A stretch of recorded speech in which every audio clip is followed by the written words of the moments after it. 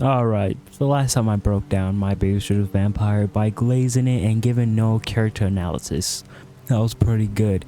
It was a Canadian masterpiece basically that proved high school vampire stories can actually be funny, self-aware, and let's be honest, better than anyone thought it was going to be.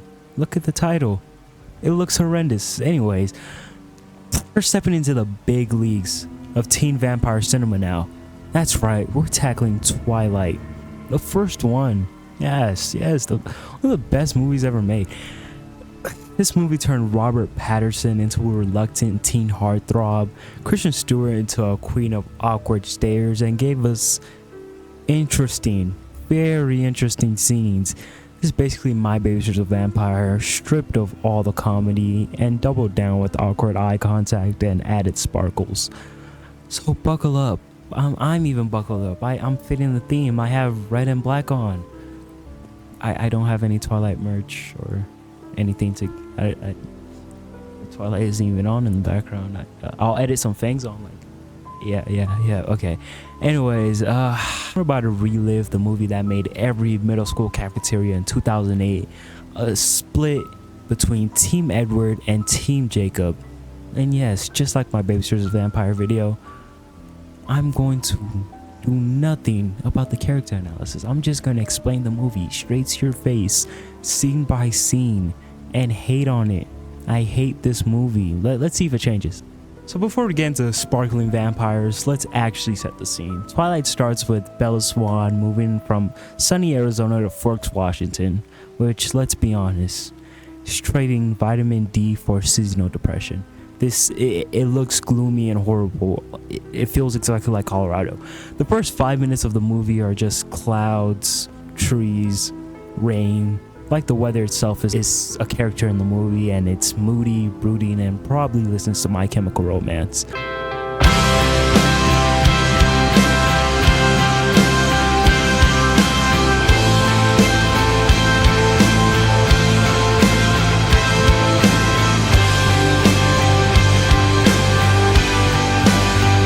So, like, here's Bella. She's shy.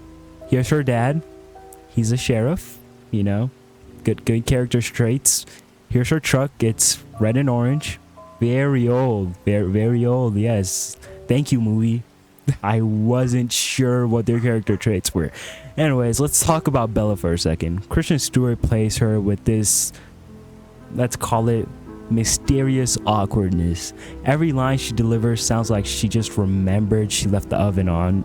I'm really kind of the more suffer in silence type. It must be like every scene you could project yourself onto her. But now onto Edward Cullen, Sparkle Guy, the Sparkler, the Glitter Man, whatever you want to call him. The guy who made middle schoolers fall for him and made them want to turn into vampires.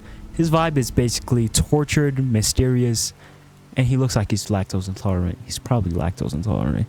Anyways, he spends the first few minutes of the movie acting like he smelled the stinkiest shit ever. I think she sharted her pants or something. It's actually horrible because apparently Bella's scent is so irresistible it makes him gag. I feel like this is the equivalent of the pheromone cologne people sell. And there's Shark Boy, aka Jacob Black. In this movie, Jacob's role is basically a guy with long hair who owns a car and is a werewolf. Maybe. That's it. That's his whole character. He's nice, but let's be honest. This version of Jacob is training wheels. Also gotta talk about Charlie Sloan, Bella's dad, he's in this movie too. He's a sheriff. He's a sheriff character. That's all you're getting from me. He's a sheriff character. What do you want me to say, bro? And there's Colin's family. Carly Slay. Future, not so tired, Koja. It's Carlisle. I kept messing up, so you're gonna hear that for a while. That was my bad. Esme, Rosalie, Emmett, Alice, and Jasper, aka the Vampire Brady Bunch. Each one of them has their own thing going on. Carly Slay is the doctor. Alice can see the future. Jasper looks like he hasn't blinked since 1863. Seriously, the whole acting choice is just, I can't act myself, but it was just wide eyes and clenched jaw.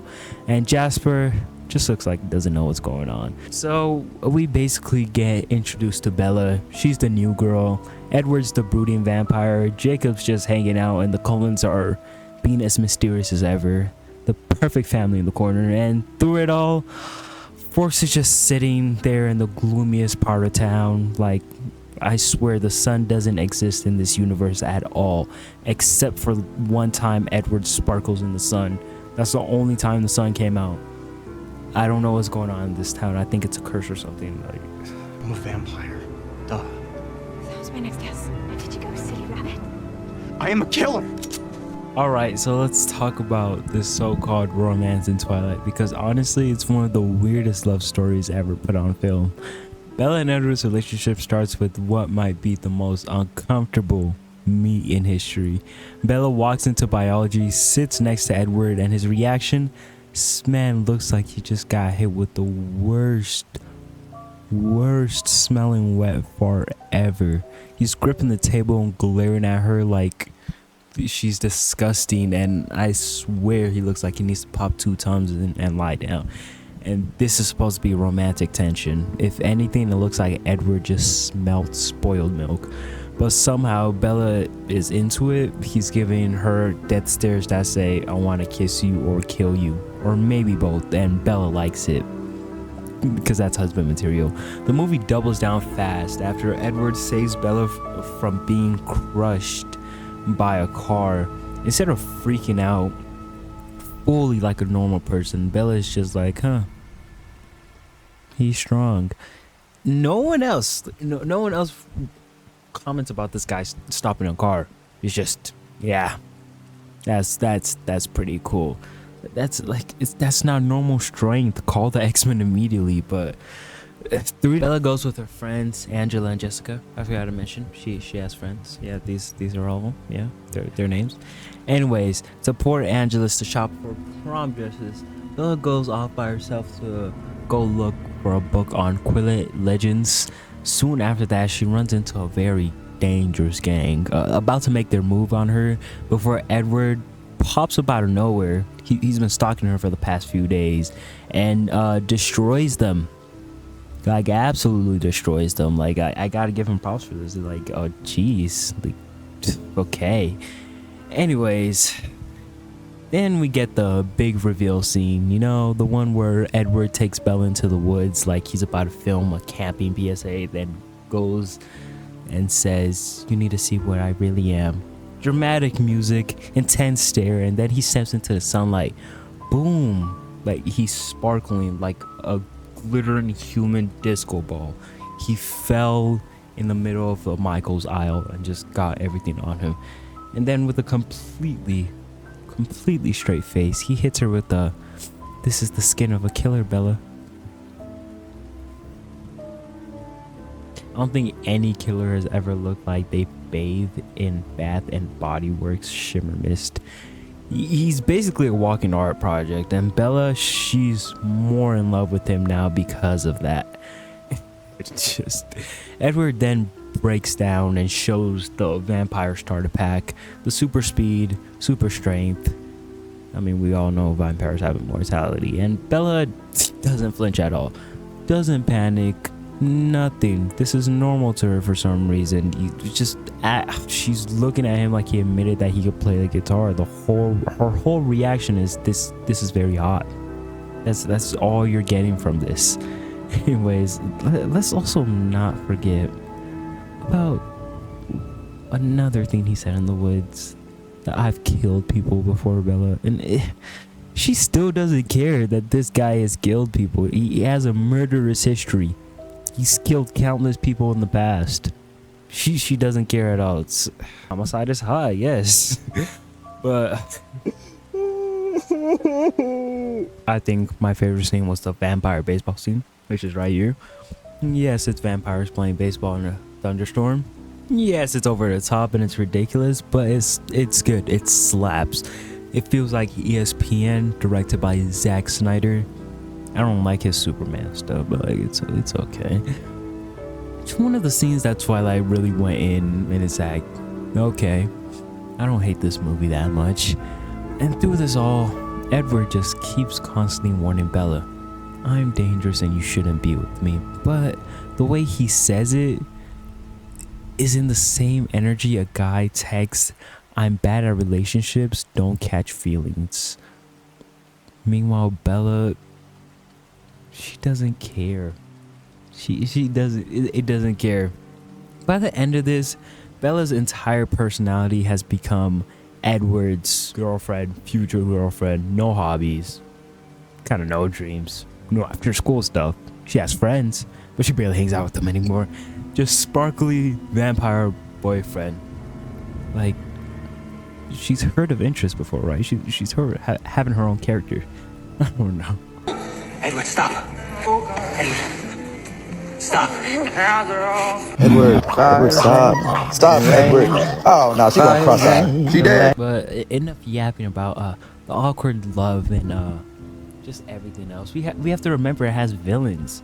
Enter James, Victoria, and Lauren, the traveling vampire trio. And I actually like the black guy. He's kind of funny. I like that hot Cheeto scene. Serious case of the munchies.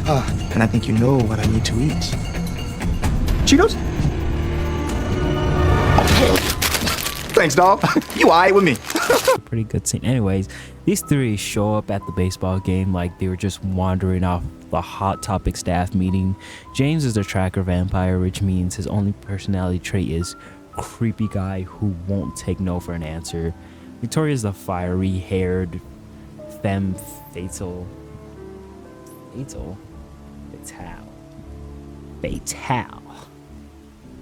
Anyway, smirking like she's in a shampoo commercial where the conditioner is evil. And Lauren, she's like that cousin you have to bring everywhere. Yeah. Anyways, James takes one sniff of Bella and decides she's his next snack. Out of all people on earth, he just kicks the movie into what it thinks is thriller mode. Suddenly, the Cullens are strategizing. Alice is having psychic visions, and there's dramatic piano music everywhere. Bella trips over her own feet. The family acts like a tactical SWAT team, except everyone's still dressed like they're posing for an Urban Outfitters catalog. Anyways, then James pulls a classic villain move, tricking Bella into thinking that he captured somebody important to her. And of course, Bella, queen of questionable decision making, walks straight into the trap where it takes place in a dark ballet studio. Really nice, really nice. Anyways, not a crypt, not a castle, not even a creepy basement. No, hardwood floors, mirrored walls, and the whole place just screaming YMCA recital practice.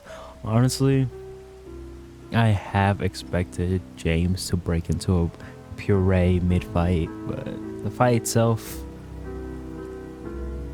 what am I supposed to say about it, man? Vampires are supposed to be lightning fast and super strong, but it's like, what am I supposed to say about it, man? It's, I guess, supernatural WWE. Oh no. Then comes the infamous bite scene. James sinks his teeth into Bella, venom spreading through her veins, and Edward has to make the biggest decision. Let her turn into a vampire or suck the venom out without losing control and draining her dry. Anyways, Carlisle. I've been saying it wrong this whole time. Carlisle's in the back shouting coaching instructions. Oh yeah, I forgot to explain. I forgot to mention Carlisle, Dr. Nigga, is the one who turned Edward into a vampire because he was dying and shit. That's not why he's so pale. He's just pale to be pale. But yeah. Anyway, my bad. Back to it. He's trying to help and stop Edward from sucking Bella dry. And Edward leans in, does his best impression of someone sipping from a questionable Capri Sun, and somehow manages to stop himself. Honestly, that's the most impressive thing Edward has done in this whole franchise. Forget the super speed or strength. Resistant and all you can drink blood slushy is Olympic level self-control. The Cullens deal with James the old-fashioned way. They rip him apart and toss him into a bonfire, which for a movie full of moody stares and sparkles is surprisingly dark. It's like, yeah, we could play baseball in thunderstorms, but He also dismembered people on the side. Anyways, but instead of ending on a gnarly note, the movie swings straight back into the romance. Bella wakes up in the hospital. Edward's brooding by her bedside like Nicholas Sparks' leading man, and her mom pops into her mind as she still exists. Yeah, she's the one that got kidnapped. I forgot to mention that too. Anyways, the danger's technically not over yet, because prom is right there. Anyways, because of course, you know, every high school movie needs a prom scene. Bella shows up in a fancy dress and a leg cast, and Edward looks like a cover model for Vampire GQ. The two slow dance under fairy lights in a gazebo. Edward stares into her eyes. Bella stares into his eyes. He says, "I just want to keep you safe." Bella's like, "Cool, make me a vampire." Obviously he says no because it's supposed to be romantic, yeah, but like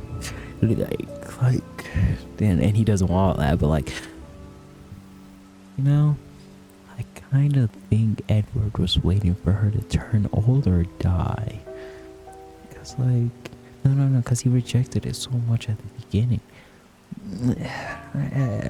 Keep your eye on this nigga. Anyway, this whole thing is supposed to be romantic, but it plays like a weird college acceptance rejection, and then the final shot, Victoria's up on a balcony glaring at them like she just got robbed of homecoming queen, and roll the credits, roll the credits, which is sequel bait that's successfully dropped. So weird. When I read it, it seemed like it was a book that wasn't supposed to be published. And just like that, the movie's done. Sort of just showing up. It's subtle, but it's basically a Twilight version of a Marvel post-credit scene. Instead of Nick Fury, it's a angry vampire Karen. And let's step our forks for a second and talk about the real world. Twilight dropped in November 21st, 2008. I was 2 months old, I think. And I remember this like it was yesterday. I was in the theaters to watch this. Yeah, definitely. Anyways, even through its critics, it wasn't even funny, nigga.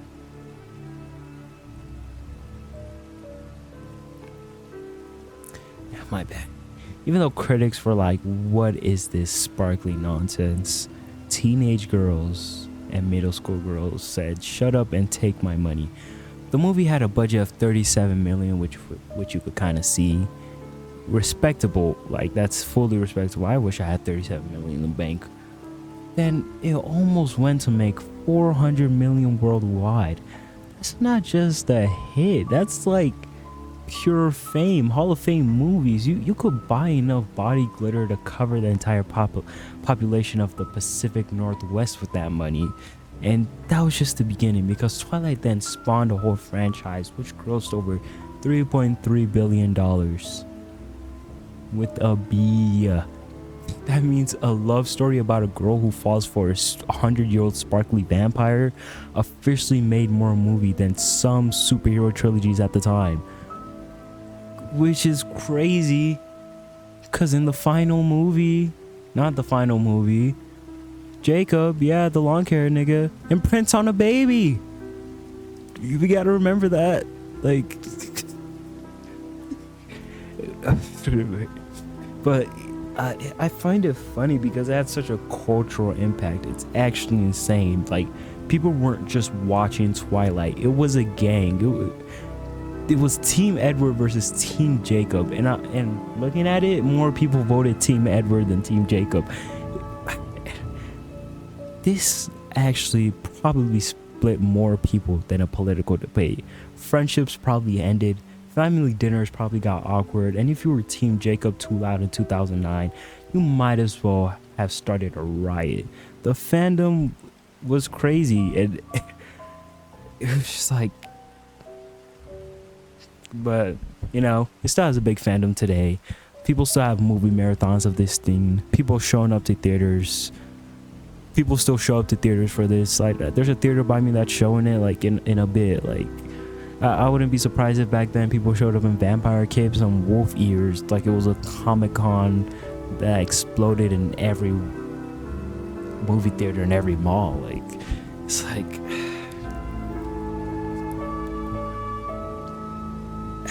and in the memes, just like the memes, to this day, Twilight is one of the most meme franchises ever. The Edward sparkling thing, Jacob and Bella, Edward sparkling in the sun, Kristen Stewart's awkward smiles and stares and brooding faces throughout the whole movie. It just made it more enjoyable to watch, even though it was awkward.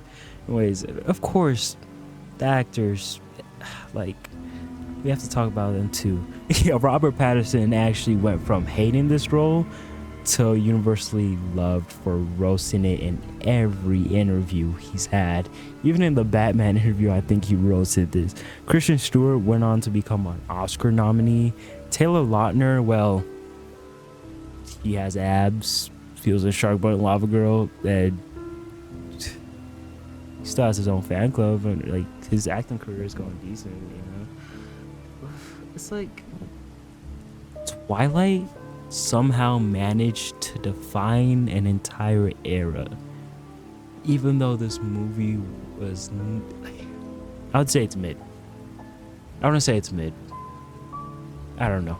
The late 2000s and early 2010s was just Vampire Mania, True Blood, Vampire Diaries, Hotel Transylvania, and more vampire, like a bunch of vampire stuff came out after Twilight did, and it was honestly one of the reasons for all of this. It was gasoline on the vampire fire. And now, was Twilight perfect? No. The romance was awkward, the pacing was questionable, and Edward's idea of flirting is breaking into Bella's room to watch her sleep on her walls. But did it leave a cultural footprint bigger than Edward's hair gel budget? Yeah. And honestly, that's why people still talk about it to this day. Because Twilight isn't a movie. It's a shared experience. You either love it, hate it, you love hating it. But there's one thing for sure. Once you watch it, you'll never forget. And what do I think? It was decent. I don't hate it. It was a good movie.